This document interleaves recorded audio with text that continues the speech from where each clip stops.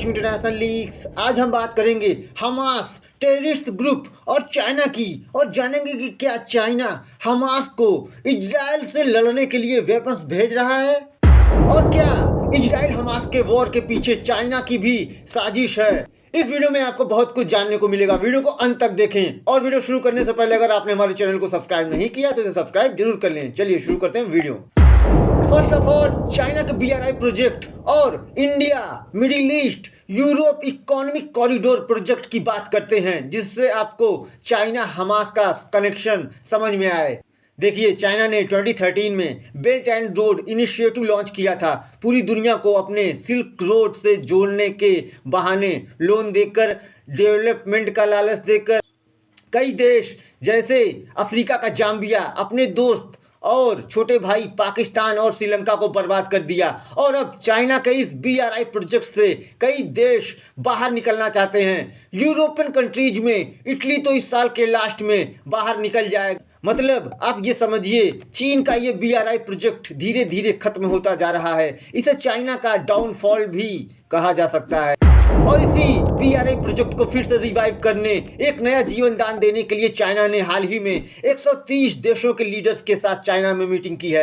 और जब India, USA, European countries और middle eastern countries IMEC project जो इंडिया में G20 समिट के दौरान अनाउंस किया गया था, जिससे इंडिया से लेकर इजराइल, सऊदी अरेबिया से India middle east Europe economic corridor को इजराइल मिडिल ईस्ट से लेकर यूरोप तक जोड़ेगा। ये दुनिया का अब तक का सबसे बड़ा इकोनॉमिक कॉरिडोर प्रोजेक्ट है, और इसी प्रोजेक्ट के अंडर में इजराइल और सऊदी अरेबिया भी साथ आने वाले थे।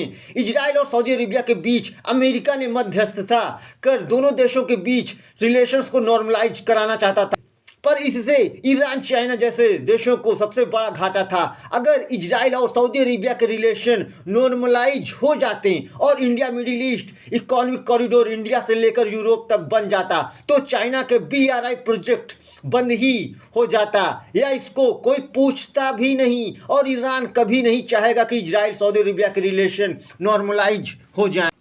तो चाइना और ईरान कोवर्टली मीटिंग कर रहे थे कि कैसे इजराइल, सऊदी अरेबिया और अमेरिका और IMEC प्रोजेक्ट को रोका जाए। ये सब मीटिंग बहुत ही सीक्रेट में ईरान और चाइना के बीच चल रही थी। अभी मैं वीडियो के आगे आपको बताऊंगा। अब आते हैं हमास पर। ये है मोहम्मद देफ, जिसने इजराइल पर हमला करने की साजिश रची थी।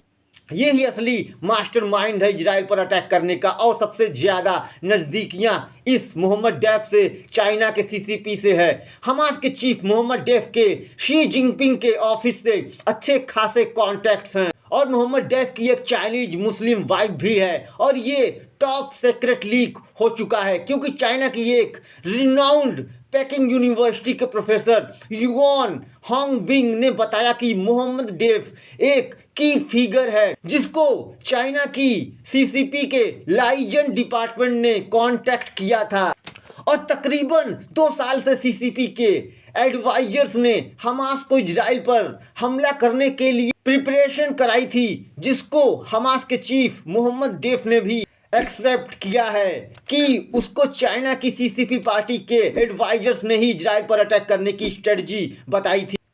इसके अलावा CCP ने हमास को रॉकेट टेक्नोलॉजी, हुआवे का कम्युनिकेशन इक्विपमेंट और रिमोट कंट्रोल टेक्नोलॉजी ईरान को देने के बहाने हमास जैसे टेररिस्ट ग्रुप को मुहैया कराई थी, क्योंकि ईरान ने ही हमास को खड़ा किया है। और यही सब कारण है जिससे हमास जैसे कमज़ोर आतंकवादी संगठन वॉर लड़ने के लिए एडवांस हो गया, और उसको सारी टेक्नोलॉजी चाइना वाया ईरान से आसानी से मिल जाती है।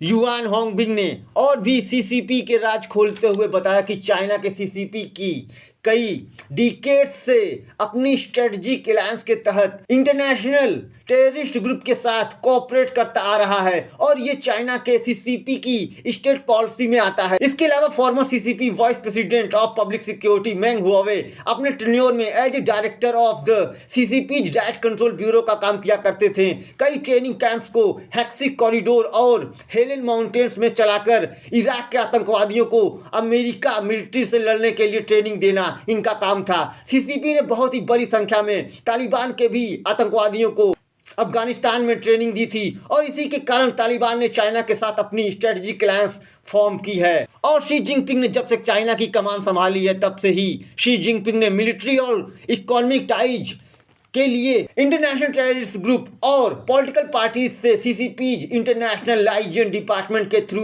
अपनी नज़दीकियां बढ़ाई हैं और मोहम्मद डैफ की पूरी ट्रेनिंग चाइना की सीसीपी ने ही करवाई थी। तो फ्रेंड, इससे आप इस बात का अंदाजा लगा सकते हैं कि चाइना अपने इंटरेस्ट के लिए आतंकवादियों के साथ भी स्ट्रेटजिक अलायंस फॉर्म कर सकता है और कई देशों के बीच युद्ध करा सकता है।